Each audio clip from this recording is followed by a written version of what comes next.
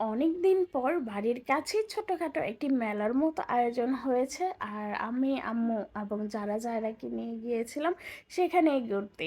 আসসালামু আলাইকুম, আমি খাদিজা আক্তার শাওন বলছি ঢাকা থেকে। আশা করি যে যেখানে আছেন আলহামদুলিল্লাহ সবাই ভালো আছেন এবং সুস্থ আছেন। আলহামদুলিল্লাহ আপনাদের সবাইয়ের দোয়ায় আমি কিছুটা ভালো আছি এবং সুস্থ আছি। যাই হোক, এইদিকে হচ্ছে অনেক দিন তো বাসায় বসেছিলাম, এদিকে যারারও পরীক্ষা চলছে, আম্মুও বাসায় আসছে, তো ভাবলাম যে একটু বের হই। যেহেতু শরীরটা অনেকটাই অসুস্থ, যার কারণে একটু বাহিরে বের হতে চাচ্ছিলাম, তাহলে হয়তো বা মন শরীর দুইটাই ভালো লাগবে। তো বেশি একটা সময়ের জন্য বের হই নাই, 1-1.5 ঘন্টার জন্য বের হয়েছি। মাঝে মধ্যে না বাচ্চাদের নিয়ে বের হতে খুবই ভালো লাগে, কিন্তু যখন আমি একা থাকি তখন না আসতে ইচ্ছা হয় না। তো আজকে যেহেতু আম্মু আসছে, তা ভাবলাম যে আম্মু যেহেতু আসছে তা আম্মুকে নিয়েই যাই। আর এই যে এটা হচ্ছে আমার বাড়ির কাছেই, তো মধুবাগ যেই মাঠটা আছে ওইখানে। তো এখানে না আমার বাড়ির কাছে হলো, আমার কখনো আসা হয় নাই, তো আম্মুর উপলক্ষে আমার এখানে আসা হলো।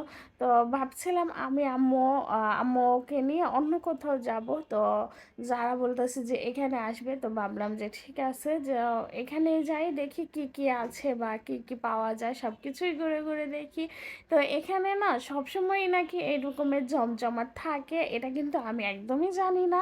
তো আমার পরিচিত একজন বলছিল একটু সকাল সকাল যেতে, তো আমি কি করেছি, সন্ধ্যার পর বের হয়েছিলাম। তো টুকিটাকি করে দেখছিলাম আর হচ্ছে আপনাদের জন্য একটু ছোট ছোট ক্লিপ নিচ্ছিলাম ভিডিও শুটে। তো পুরোটা কিন্তু আগে ঘুরে দেখে আসছি কি কি পাওয়া যায় না পাওয়া যায়। তো সব কিছু দেখে এসে তারপর আমি যা করাই করবো। তো প্রথমে আমরা ফুচকা খেয়েছিলাম। তো খেতে খেতে বলছিলাম যে ফুচকা বানাতে, তো 2 প্লেট ফুচকা নিয়েছিলাম। তো এখানে ফুচকাটা হচ্ছে বিভিন্ন রকমের টক দেওয়া ছিল। তো এর আগে যেহেতু আমার কোথাও এরকমের বিভিন্ন রকমের টক দেওয়া ট্রাই করা হয় নাই, তো ভাবলাম এখানে যেহেতু পেয়েছি তো একটু ট্রাই করে দেখি কেমনের। তো সব কিছুই ঠিক ছিল। আর আমি যেহেতু একটু ঝাল পছন্দ করি, তো আর একটু ঝাল হলে হয়তো বা আমার কাছে ভালো লাগতো। তো যাই হোক, এর টক মানে ফুচকা দেওয়ার সাথে সাথে আরেকটা গিফট নিয়েছিল যারা আর ফ্রেন্ডের জন্য। তো ওইটার আগে নিয়েছি, তারপর ফুচকা খেয়েছিলাম। তো ওইটা বলা হয় নাই আপনাদেরকে।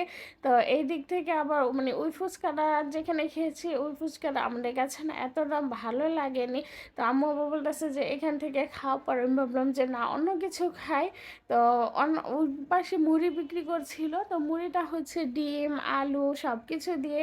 তো ওই পাশে যাওয়ার জন্য আমাদেরকে ঘুরে যেতে হবে। তো এখানে আবার কিছু বিচি পেয়েছিলাম, তো বিচিগুলো নিয়ে নিলাম জায়রের জন্য 1 প্যাকেট। আর এই যে এখন মুড়ি খেয়ে নিব। তো আমি যেহেতু ঝাল পছন্দ করি, তো ভাইয়াকে বললাম যে 2 প্লেটের মধ্যে 1 প্লেট ঝাল দিতে। তো ভাবলাম যে 1 প্লেট দিলে তো খাওয়া যাবে না, পরে 1/2 প্লেট বলেছি ঝাল দিতে।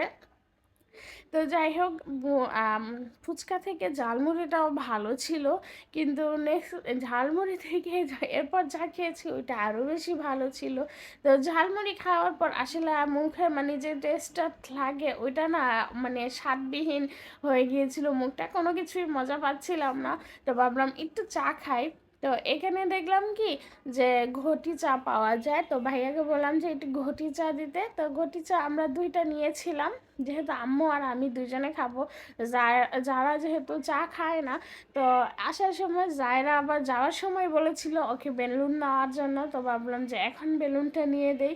তো ওকে বেলুন নিয়ে দিচ্ছিলাম আর আমি আমার ভিডিও করছিলাম। আর আমি যেহেতু ভিডিও করছিলাম, তো ওই সময় আবার ভাইয়াকে বলেছিলাম যে আমাকে একটু দেওয়ার জন্য, আমি একটু ভিডিও করি। তো ওই উপলক্ষে ভিডিও করে নিলাম। আর লাস্টে চিংড়ি মাছের মাথা, যেটা বেসন দিয়ে তৈরি করা হয়, এটাও কিন্তু আমার খুব পছন্দের।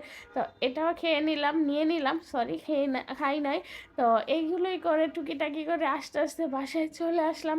তো ভিডিওটি কেমন লেগেছে, যদি ভালো লাগে লাইক কমেন্ট আর শেয়ার করে দিবেন। আল্লাহ হাফিজ, আসসালামু আলাইকুম।